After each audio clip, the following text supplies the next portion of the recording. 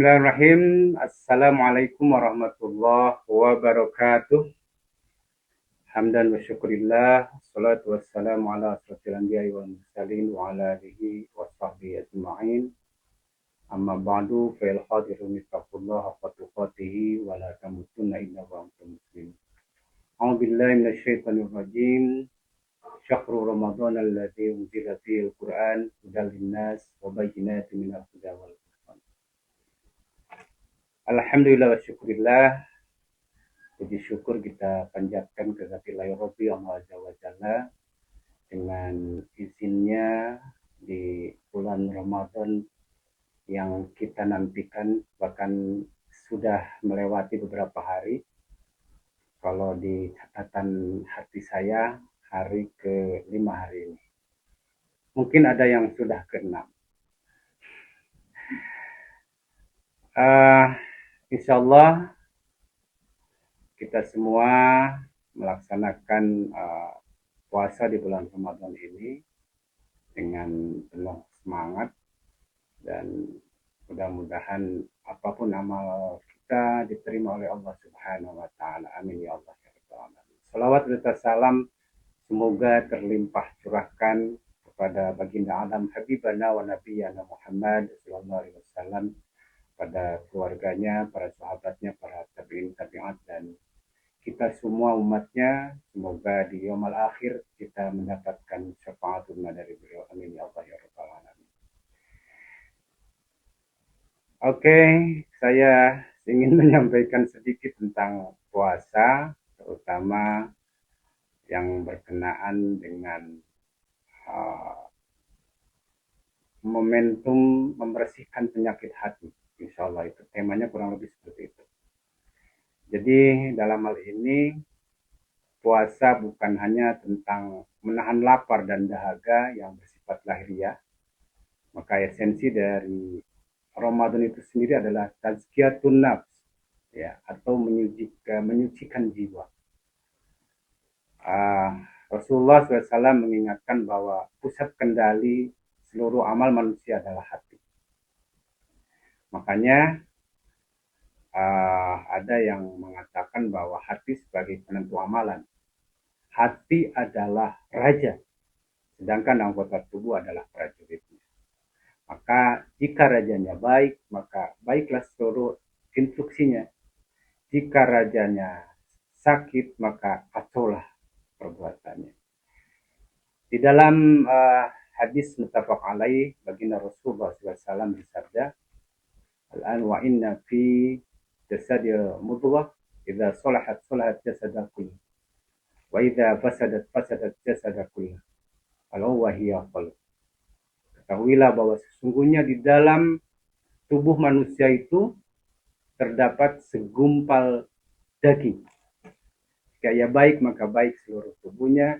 Jika ia rusak, maka rusak seluruh tubuhnya. Ketahuilah bahwa segumpal daging itu adalah hati. Dalam hal ini, para pemirsa, ingin saya sampaikan bahwa ada 3 penyakit hati yang harus diwaspadai. Selama Ramadan, insya Allah kita melakukan detoksifikasi hati dari 3 penyakit utama yang selalu beriringan dalam kehidupan kita. Yang pertama diantaranya adalah iri dan dengki. Itu yang disebut dengan hasad, ya. Ini hasad adalah membenci nikmat Allah yang ada pada orang lain. Penyakit ini memakan pahala puasa kita yang sangat cepat, ya. Makanya dalam hal ini Rasulullah juga menyampaikan, iyyakum wal hasad wa inna hasada ya'kulul hasad kama ta'kulun nar al-hatab. Jauhkanlah dirimu dari hasad, karena sesungguhnya hasad itu memakan kebaikan-kebaikan sebagaimana api memakan kayu bakar. Hasad, ya. Yang kedua, sombong. Ada yang sombong sih?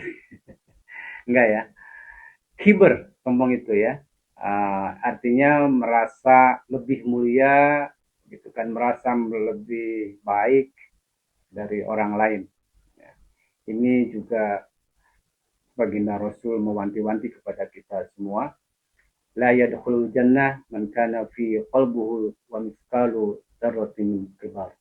Tidak akan masuk surga orang yang di dalam hatinya terdapat sebesar biji sawi dari kesombongan. Ngeri nggak?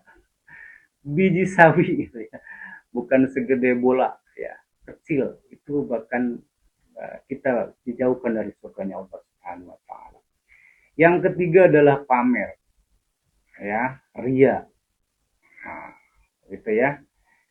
Kita mungkin hari ini melakukan ibadah yang ya kayak ingin dipuji orang, terutama puasa-puasa apa ibadah-ibadah yang sering kelihatan untuk apa biasanya puasa, bukan puasa sih, lebih ke sholat ya. Sholat kan kalau orang Sunda itu bilang kelihatan ringkihnya gitu. Tapi kalau puasa ini ya insya Allah karena ini rahasia kita dengan Allah. Hanya Allah yang tahu apa kita puasa hari ini atau enggak. Tapi dalam hal ini uh, uh, bahkan dikatakan ada syirkun asbar ya. Syirik itu adalah syirik kecil ya yang juga bisa menghapus daripada ibadah pahala kita.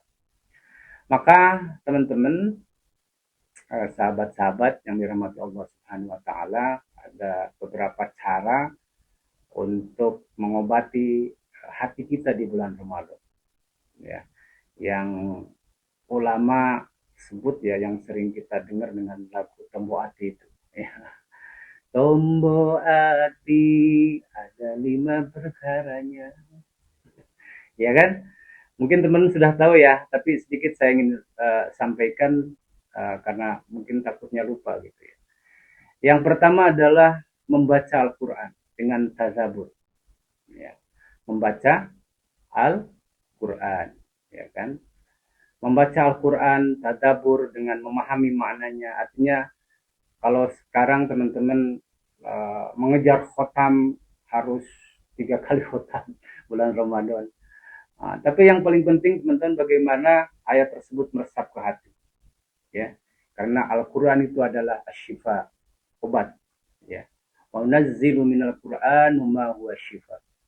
Dan kami turunkan Al-Quran sesuatu yang menjadi penawar dan rahmat bagi orang yang beriman.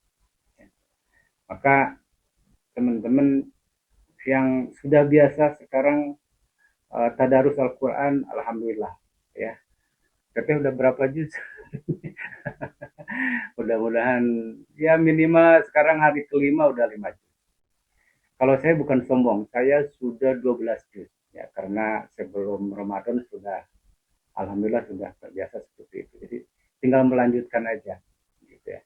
Yang paling mudah mungkin one day one juz, atau mungkin kalau terlalu susah dihitungnya per halaman ya. Jadi satu satu hari satu halaman Quran gitu ya. Jadi bolak-balik kan jadi 2 halaman. Dua ya. Jadi kalau satu kali itu bisa jadi 4 ya, 4 halaman, 4 kali 5 20 kali 30 pas 600 ya, 600 halaman. Jadi insya Allah 1 bulan ini bisa khotam ya. Baca Quran. Yang kedua mengosongkan perut puasa ya. Jadi logikanya begini, saat fisik lemah karena lapar, hati biasa menjadi lebih lembut dan mudah tersentuh gitu oleh nasihat-nasihat agama. Yang ketiga, sholat malam, qiyamul lail ya. Waktu sepertiga malam ini adalah waktu yang utama. Bahkan dikatakan Allah turun ke langit bumi di saat orang lain tidur, hamba yang bangun membuktikan cinta kepada Allah bukan karena pujian dan ria. Ya. Di sebuah hadis dikatakan alaikum biqiyamil lail fa innahu dzabis sholihin qablakum. Hendaklah kalian melakukan salat malam karena ini adalah kebiasaan orang-orang soleh sebelum kalian. Yang keempat, merendahkan diri di hadapan Allah Subhanahu wa taala dengan cara apa? Zikir dan muhasabah. Terutama di waktu sahur ya. Ini waktunya istighfar, zikir membuat hati kita menjadi lunak dari yang hati yang keras membatu itu. Ya. Allah berfirman di surah Al-A'raf ayat 8 itu, alladzina amanu wa tatma'innul qulub bi dzikrillah ala dzikrillah tatma'innul. Yang kelima daripada Tombo Ati ini adalah berkumpul dengan orang-orang soleh. Sekali lagi bahwa lingkungan sangat mempengaruhi kesehatan hati di bulan Ramadan. Maka masjid adalah tempat terbaik. Berteman dengan orang-orang zuhud membuat kita malu untuk bersikap sombong atau iri. Analoginya, teman-teman berteman dengan penjual minyak wangi, maka akan ikut harum. Ya, berteman dengan orang soleh, maka akan ikut memperbaiki hati. Itu saja mungkin yang dapat saya sampaikan. Mohon maaf daripada mungkin ada kesalahan kata atau hal-hal yang tidak diharapkan kebodohan saya. Demikian, hadanallahu iyyakum ajma'in wa atubu minkum. Subhanakallahumma bihamdika asyhadu an la ilaha illa anta astaghfiruka wa atubu ilaik. Wallahu muwaffiq ila aqwamit thoriq. Khairul kalam. Assalamualaikum warahmatullahi wabarakatuh.